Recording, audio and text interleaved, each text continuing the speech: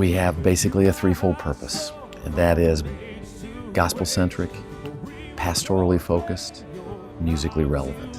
We've been praying for a long time about bringing together a group of guys that had the desire to honor Christ, and at the heart of who they are, to be pastors. Now unto the King who reigns over all. Colossians 3 says, "Let the word of Christ dwell in you richly, teaching and admonishing one another, singing psalms, hymns, and spiritual songs."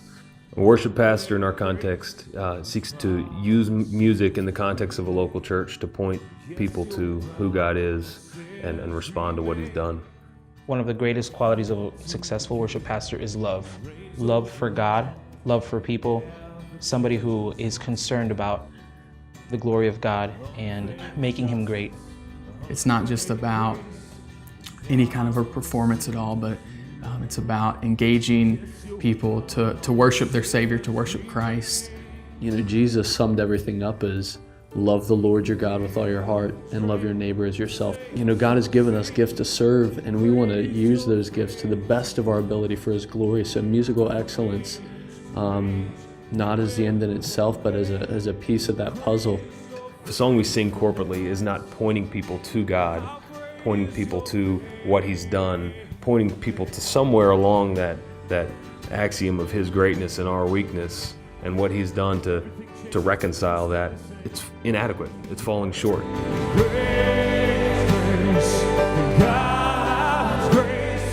We want to see other worship leaders grabbing hold of, you know, the vision for the glory of God, and God be glorified through worship and through song. There can be a place for reflection. There can be a place for emotional response of joy, but it's always informed by truth.